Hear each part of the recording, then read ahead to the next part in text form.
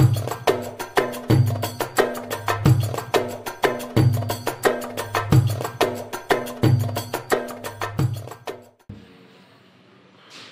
Fatihah.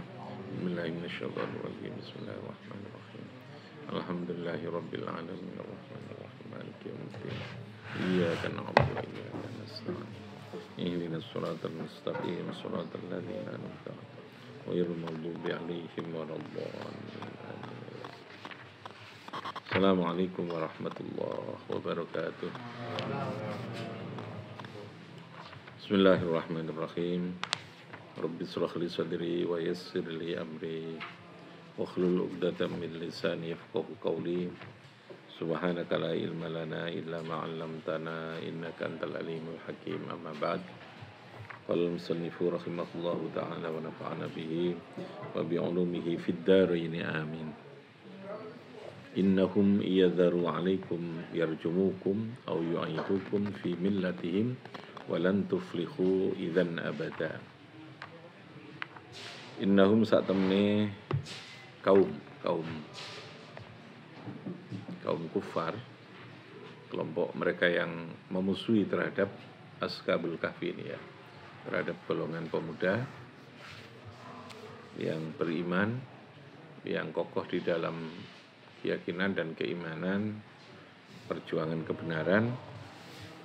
Nah, kelompok yang memusuhi dari kalangan pemerintah, dari kalangan kerajaan dan masyarakat itu, innahum, Allah menyebutnya innahum saat temene kaum iku iyadharu lamun podo melihat, iyatoliu lamun podo ningali sapa kaum kufar, alaikum mingatasi sira kabeh, maka yarjumukum iyatoliu alaikum au yadfaru bikum, atau mereka bisa menemukan kepada kamu semua.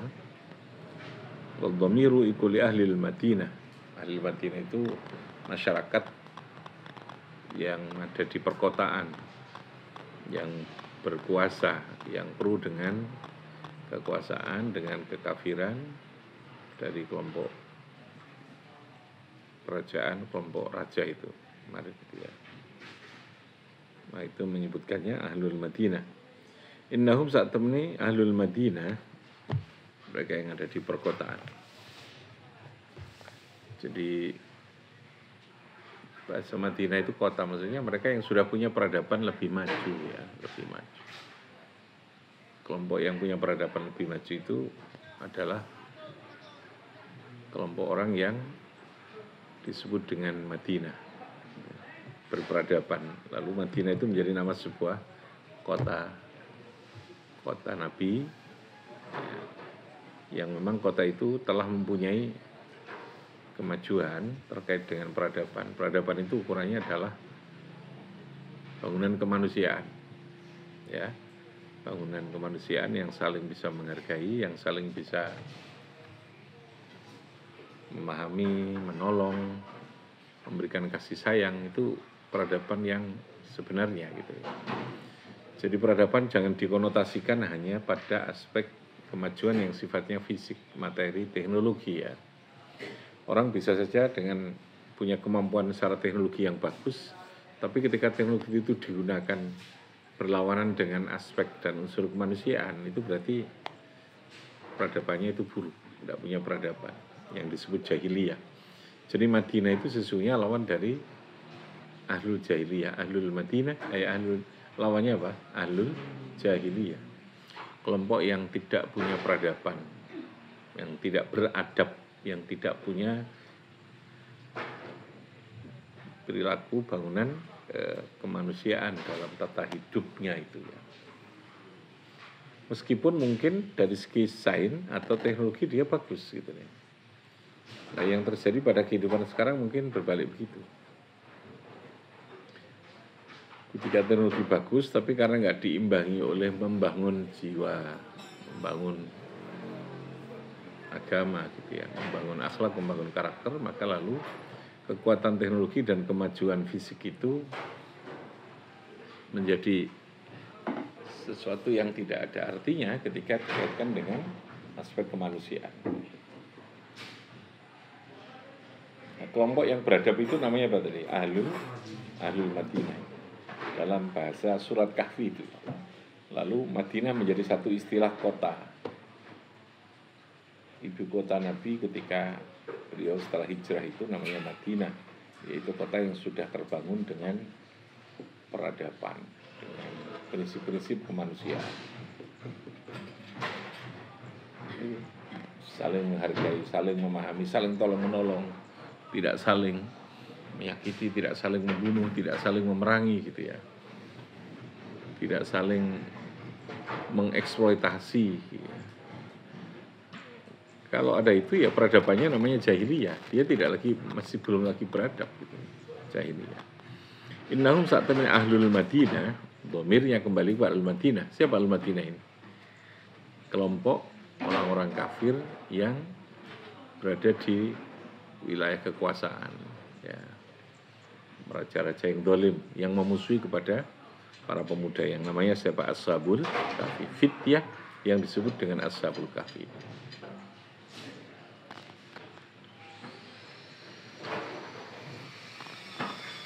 Yarjumukum ayyaqtulukum. Kalau mereka tahu maka yarjumu, mereka akan melempari kum ing sira kabeh. Ayyaqtulukum tegese padha mateni sapa al-Madinah kum ing sira kabeh birrajmi kelawan dilempari batu. Jadi rajam itu pembunuhan yang dilakukan dengan cara melempar batu. Itu istilah fikih. Namanya rajam. Orang yang melakukan zina muhsan maka hukumannya adalah rajam dalam Islam ya. Rajam itu adalah dihukum mati, tapi hukumannya tidak langsung dipenggal, tidak ditembak. Dihukum mati tapi dengan cara apa? Dilempar batu. Batunya iputun, batu yang ada cirinya, gitu, ada batasnya. Batunya batu yang tidak terlalu besar, tidak terlalu kecil. Kira-kira sampai ini lah. Kok terlalu batu gede. Sing digawe pondasi itu bukan. Tapi kira-kira batu sing saundi-undi. Sampai dia mati. Nah, hukuman dalam bentuk seperti itu namanya rajam. Ya filosofinya tentu banyak. Kenapa harus begitu? Beda dengan hukum qisas. Kalau hukum qisas itu dia dibunuh dengan langsung dipancung atau ditembak, mati. Itu qisas. Tapi kalau hukum yang namanya rajam itu, atau rajam ya, rajam tanpa nun ya. Rajam itu bahasa Al-Quran adalah hukuman yang dalam bentuk dilempar batu yang mejono, istilahnya itu batu yang tidak terlalu besar, ya juga tidak terlalu kecil, sampai dia itu mati. Itu dipraktekkan dalam Islam itu hanya sekali, bukan artinya diterapkan, karena seorang perempuan ini betul-betul dia menyesali perbuatan zinanya, dilapor pada Nabi, diulang-ulang oleh Nabi, supaya dia betul-betul memikirkan kembali pengakuan ikrar zinanya itu, tapi perempuan itu tetap nekat. Artinya dia tetap punya tekad, saya harus menebus dosa saya dengan hukum rajam, supaya saya selamat di akhirat. Itu hanya sekali. Selebihnya Nabi tidak pernah lagi menerapkan, karena prosedur dan tahapan untuk bisa diputuskan terjadi rajam itu sangat panjang. Kesaksian yang menyangkut zina itu tidak mudah, gitu. Tidak mudah. Tidak bisa orang karena masuk berduaan, masuk di dalam rumah, masuk di dalam kamar, lalu sudah merupakan perbuatan zina, tidak bisa. Harus betul-betul melihat perbuatannya itu, delok terjadinya itu.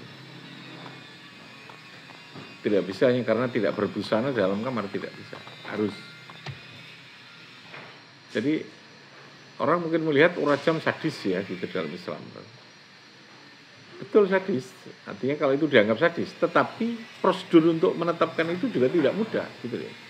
Orang juga dilindungi kalau dia melakukan tuduhan zina sekendaknya sendiri tanpa prosedur yang benar, dia malah justru berbalik. Kena hukuman namanya qadzaf. Namanya apa? Qadzaf. Qadzaf itu hukuman bagi orang yang melakukan tuduhan zina yang tidak punya bukti. Qadzaf. Meskipun tidak sampai dirajam, ya. dijilid, cambuk orang yang melakukan qadzaf itu. Maka apa istilah ya? Harga diri atau nama baik seseorang istilah sekarang, nama baik orang itu juga harus dijaga gitu loh ya. Paham ya? Makanya ada hukum qadzaf. Orang tidak boleh menyebarkan fitnah, menyebarkan tuduhan tanpa bukti. Ya. Sehingga Islam tetap melindungi juga orang-orang yang baik, terutama itu dilindungi dari hukum yang berupa qadzaf tadi, dengan hukum yang berupa qadzaf itu. Tapi sebaliknya, orang yang melakukan perbuatan yang melanggar syariat dalam bentuk zina, ketika betul-betul tidak ada bukti, ada ini, ya harus dihukum namanya rajam. Tapi itu tidak mudah gitu. Kalau mencuri lebih gampang proses pemutusannya itu.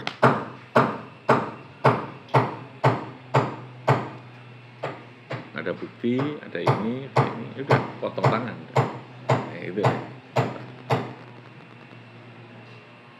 Jadi dua hal yang tetap dilindungi ya. Satu sisi orang tidak boleh melakukan tindakan yang melanggar syariat dalam bentuk itu perbuatan zina. Sisi lain dia orang juga harus dilindungi. Tidak boleh orang itu menyebarkan fitnah, menyebarkan hoax tadi itu ya. Maka ada hukuman namanya qadzaf. Maka dalam Islam dilindungi semuanya gitu ya, dilindungi semua. Semua ada prosedur, ada ketentuannya itu. Nah itu istilah rajam. Dalam bahasa surat Kafir, yarjumukum, kalau orang-orang yang kafir di perkotaan itu, ini perkotaan dalam pengertian yang bukan Madinah tadi ya, istilah lain untuk perkotaan, tahu tentang kamu, maka kamu akan dilempari batu, kamu sampai mati gitu ya. Ayyaqtulukum birrajmi, mereka akan membunuh ahlul Madinah kum ing surakabu birrajmi, atau au yu'idukum, atau mereka akan memaksa kamu untuk kembali fi millatihim, di dalam agamanya ahlul Madinah, kelompok orang kafir yang berkuasa itu ya. Jadi pilihan cuma dua kamu. Kalau sampai kamu ketahuan, maka kamu bisa jadi akan dihukum mati, atau kamu dipaksa untuk kembali ke agama mereka gitu. Maka kata Allah, kamu saya lindungi di gua itu, menjadi saksi, menjadi fakta sejarah bahwa ada kehidupan yang ketika Allah menghendaki, ada drama kehidupan yang ketika Allah menghendaki itu bisa terjadi di luar hukum kebiasaan yang berlaku itu. Biasanya orang tidur itu terbatas dalam sekian jam, tapi kamu tertidur dalam waktu ratusan tahun, 300 tahun lebih. Ya. Itu bisa terjadi kalau Allah menghendaki. Yang kedua, kekuasaan, dan sekuat apapun kalau Allah menghendaki kamu dilindungi Allah, kamu akan selamat. Tapi tetap ada sebab.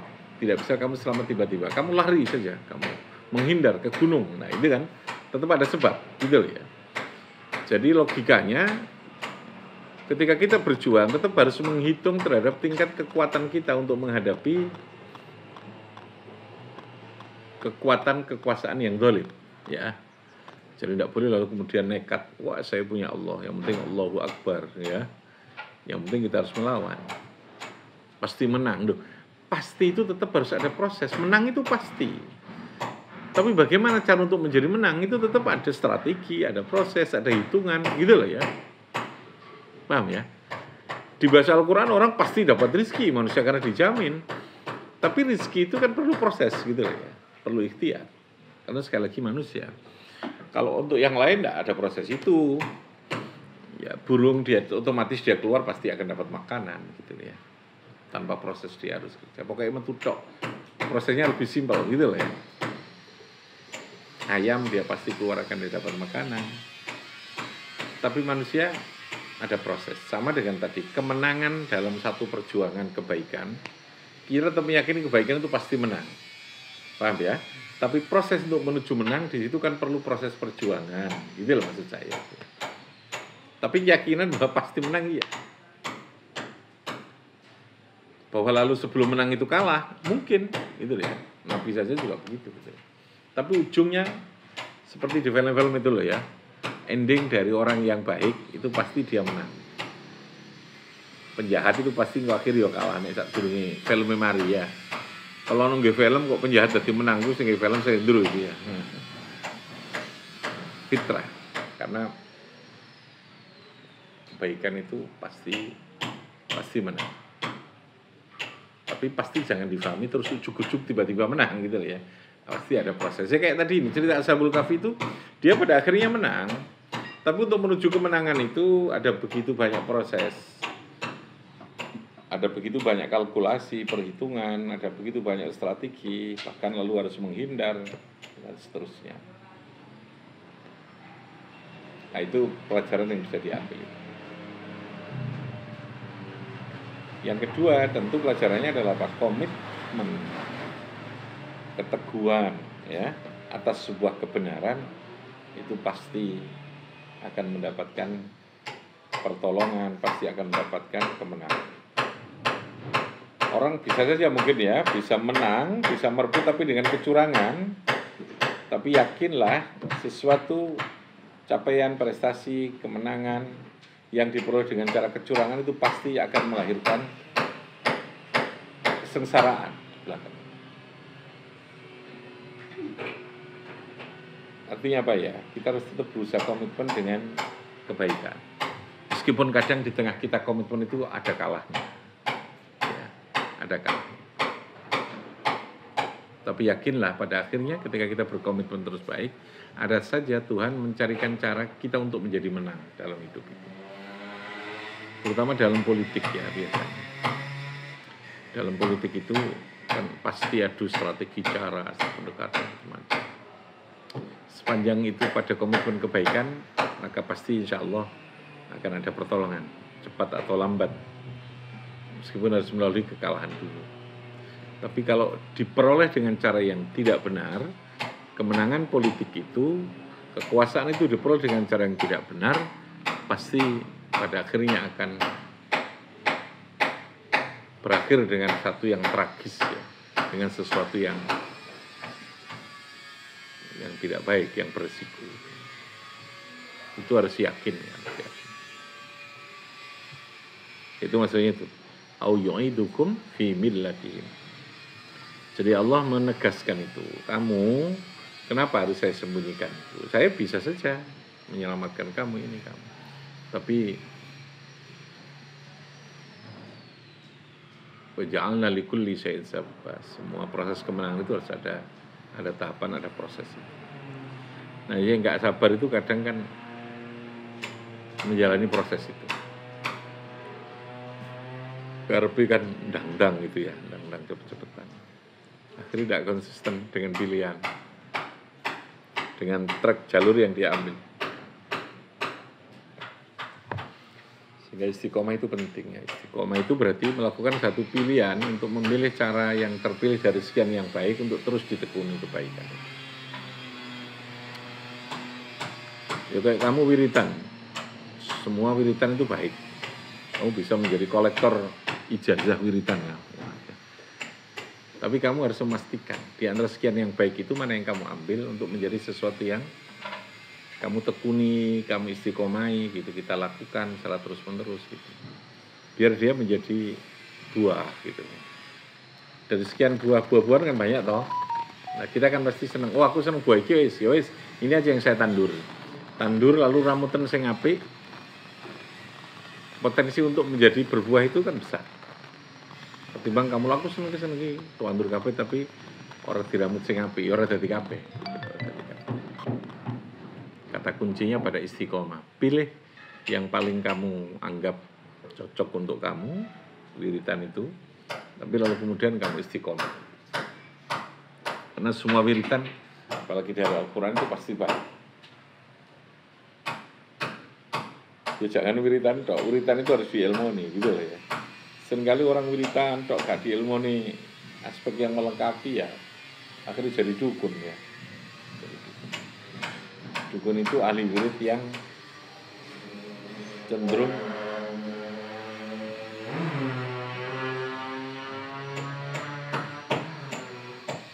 hanya fokus pada wiritannya gitu ya, tidak diilmoni. Ya, Sama dengan orang yang suka ngulang. Kalau ngulang-ngulang tok saja dia tidak dilengkapi dengan yang lain, ya jadi tukang ngulang tadi. Tukang ngulang. Tapi kalau dilengkapi dengan yang lain, maka itu akan menjadi sesuatu kekuatan yang jauh lebih luas. Yarjumukum au yu'idukum fi millatihim ayusirukum ilaiha karhan. Ayusirut kesi menjadikan sapa alul Madinah kum ing sira kabeh ilaiha maring millatihim karhan secara paksa, kelawan paksa. Minal audi bimakna sawrurah. Jadi yu'idukum minal audi dari kata aud. Audun itu kembali, adat. Id itu kembali, idun, ada itu kembali. Ta'wid membiasakan, karena bolak-balik itu ta'wid. Sesuatu yang diulang-ulang maka dia menjadi kebiasaan, maka namanya adat. Ya, dari kata adat itu. Idun, adat itu apa? Kebiasaan kan? Kebiasaan itu apa? Sesuatu yang diulang, sesuatu yang apa? Diulang-ulang. Maka menjadi adat. Al-aud itu artinya adalah kembali. Bimakna sayrurah kelawan arti sayrurah. Sayrurah itu ndadekake. Walan tuflihu, kalau itu yang terjadi kata Allah, walan tuflihu idzan abada. Walan tuflihu, dan tidak akan pernah bahagia, tidak akan pernah mendapatkan kemenangan kamu semua idzan kalau demikian tadi itu yu'idukum fi millatihim abadan ing dalam salawas. Kata Allah, kalau itu pilihan yang kamu ambil atau pilihan yang terjadi pada diri kamu, kamu mengikuti paksaan, pressure yang mereka buat, tekanan yang mereka buat, lalu kamu kembali kepada agama mereka, lan tuflihu idzan abada. Kamu tidak akan pernah bisa mendapatkan kebahagiaan, tidak akan pernah mendapatkan kesuksesan, tidak akan punya prestasi abadan, selamanya. Itu hukum yang ditetapkan oleh Gusti Allah, bahwa hanya, sekali lagi ya, hanya dengan komitmen, dengan kesungguhan, dengan tekad yang kuat dan secara disiplin terus menerus, itulah yang akan melahirkan tuflihu abadan. Ya, falah itu artinya kebahagiaan yang permanen. Nah, artinya nek wis dadi wit gede sing wis kuat terus tuli abadan itu ibaratnya sudah jadi pohon yang kuat akarnya, lalu dia tumbuh, Anda tinggal menunggu buahnya. Wis ora repot-repot. Itu berarti sudah sampai pada tuflihu abada. Kamu sudah mendapatkan ketercapaian tertinggi dalam hidup kamu. Paham ya? Segalanya maka lalu akan muncul secara sendirinya. Ki itu akan muncul. Jadi perlu proses yang panjang. Tidak bisa tiba-tiba. Nah, ini pelajaran yang kita ambil dari peristiwa Ashabul Kahfi. Fakta, sejarah itu fakta. Karena sesuatu yang sudah terjadi. Nah, fakta itu yang harus menjadi bayinah atau pelajaran dalil bagi kita untuk berada dalam komitmen, konsistensi kehidupan, idealisme, perjuangan. Terus ada keistiqomahan gitu ya. Terkadang harus melawan arus atau kita harus berjuang, bertahan, tapi tetap dengan strategi tadi saya katakan ya. Tetap harus dengan hitungan-hitungan yang rasional untuk bisa menuju pada satu kemenangan. Oke, ya. Ya karena saya mengalami ya proses itu di politik ya. Di politik itu struggle, di politik itu isinya pertarungan. Pasti ya. Nah, bertarung dalam politik itu rumusnya sebenarnya sederhana. Membangun citra, membangun apa istilah ya, perform diri, pokoknya tampilan lah itu. Ya karena dukungan, kata kuncinya kan politik itu dukungan. Karena di sana berlaku hukum yang ada pada demokrasi. Demokrasi itu suara terbanyak. Suara itu artinya trust, dukungan. Dukungan itu maka lalu satu, dia bisa lobby, bisa membangun citra diri, bisa membangun itu macam-macam gitu ya. Tapi kalau bangunan politik itu hanya citra diri sesaat, ya dia akan gampang jatuh gitu ya. Tapi kalau bangunan itu memang jadi vision dia, melakukan kebaikan, lalu cuman berada dalam wilayah politik, ya dia akan menjadi abadi gitu ya. akan menjadi abadi. Meskipun dalam kategori ada kekalahan. Gus Dur itu membangun politik dengan idealisme, dengan prinsip. Apakah tidak pernah kalah? Iya, pasti pernah kalah. Tapi kalahnya Gus Dur adalah kemenangan, gitu loh ya. Orang yang mengalahkan bisa jadi saat ini sudah kalah. Kalah itu dalam arti gak direken wong paling tidak. Ya, yang hari kemarin menurunkan Gus Dur, lalu kemudian Gus Dur menjadi kalah, maka bisa jadi kalau orang dalam tanda kutip secara hitungan politik Gus Dur kalah karena tidak lagi jadi presiden di tengah jalan diberhentikan, tapi berhentinya Gus Dur adalah menjemput kemenangan secara substantif. Dia karena di hati rakyat, kemenangan. Maka lihat yang datang di kuburannya ketika meninggal sudah wafat, orang wong urip wong sing wis mati ditekani koyo ngono. Wong sing urip bae kadang kano sing reken gitu. Sementara mereka yang mengalahkan wis gak direken wong gitu deh. Bahasa politiknya menjadi gelandangan politik gitu kan. Sana kemari. Ya. Musuh-musuh politiknya gitu. Artinya kita harus yakin dengan kebenaran, komitmen. Meskipun kita berada dalam kekalahan, kita komitmen itu, yakinlah bahwa Anda tetap akan mendapatkan pilihan lain yang oleh Allah pasti derajatmu tetap diangkat. Jadi jangan memperoleh kemenangan dengan cara melukai siapapun, menyakiti siapapun, apalagi melanggar norma dan syariat. Kemenangan itu pasti dia tidak akan bertahan lama dan dia pasti akan berakhir dengan sesuatu yang sangat tragis. Itu butuh keyakinan ya, butuh keyakinan. Saya dulu di politik rakyat gitu ya. Saya membaca, tidak mungkin ini situasi politiknya saya tidak mungkin terus berada dalam pertarungan ini. Saya harus mundur untuk melakukan pilihan membangun satu kekuatan diri sendiri yang lain. Yang itu juga tidak kalah mulianya, kita yakin itu. Ya sudah, mulang itu, mulang.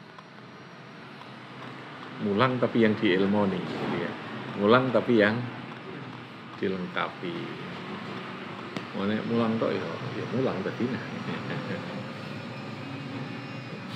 Pengalaman ini lalu dibikin tuh ini. Ya sudah. Akhirnya ya tetaplah kita ini dianggap gitu ya. Ada pengakuan, ada ini. Dan saya yakin substansinya ada di sana. Kalimat itu lalu muncul bener sampeyan wis bener sampeyan mulang wis nggih pondok wis gawe iki kan. Padahal saya juga enggak niat nggih pondok ya. Kalau diniati malah gak jadi kan. Tapi yang saya tetap pertahankan komitmen tadi. Kalau saya terus melakukan perlawanan dan terus berada dalam pertarungan politik bisa jadi ya sudah selesai. Semuanya ada batas kan. Capek juga kita di politik, harus terus membangun cita diri, apalagi membeli kepercayaan, membeli suara itu habis energinya ya. Saat ini lah ya politik itu.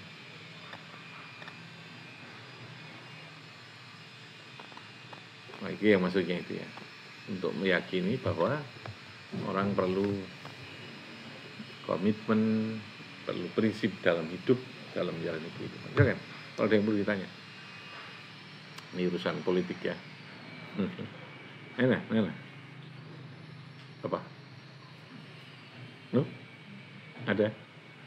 Bisa? Ada yang ditanya? Mungkin persoalan politik nasional, pertarungan Prabowo dan Ganjar menang mana gitu ya. Podo kalah itu. Orang Madura pilih siapa? Kurang tahu. Oh iya, bener. Kamu di sini ya, saya yang tanya salah. Madura itu apa jari kiai? Itu luar biasa, tapi juga beresiko. Nah, wong Jawa model nyombangan ini serapat ngereken kiai. Nggolek urip dhewe urusan politik loh ya. Kiai ini milih rono, rakyat milih rene itu. Lebih jauh demokratis apa istilahnya, tidak terlalu patronasenya itu tidak sekuat kalau Madura itu, karena kiainya juga jiwanya, nyawanya itu berada di tengah masyarakat, jadi ya masyarakat pun nggak mempertaruhkan nyawanya untuk kiai gitu. Jombang itu Kiai Pak. Jadi Kiai itu paling enak di Jombang. Di Jombangan model pokoknya gak wilayah Madura lah. Ya. Bangunannya sangat demokratis. Patronasenya tidak terlalu melekat gitu. Wajar-wajar saja. Betul di Madura tidak bisa. Karena di Madura itu ada apa saja yang ada di masyarakatnya dia pasti perhatian. Umat apa aja ya. Santrinya anak sing kawin pasti dia datang. Engkau ketika santrinya yang kawin ini sudah nanti punya bayi, melahirkan, dia pasti datang lagi. Dia. Jadi silaturahmi dan perhatiannya itu kuat. Wah, saya pikir ini capeknya luar biasa. Nah, mau diperhatikan. Apalagi kalau ada keluarganya yang meninggal dari santrinya, pasti dia datang. Pasti dia datang. Itu yang tidak bisa dilakukan oleh Kiai selain Kiai Madura. Ya. Untuk coba kan. Ya karena punya alasan rasional gitu aja gitu. Nah, mereka enggak lagi pakai logika rasional ya. Saya harus datang udah pokoknya. Ya, kan betul kan? Oh iya. Madura itu. Makanya manut banget santri Kiai. Oke. Sudah? Nomor berapa ini? Rabbi fanfa'na bi barakatihim.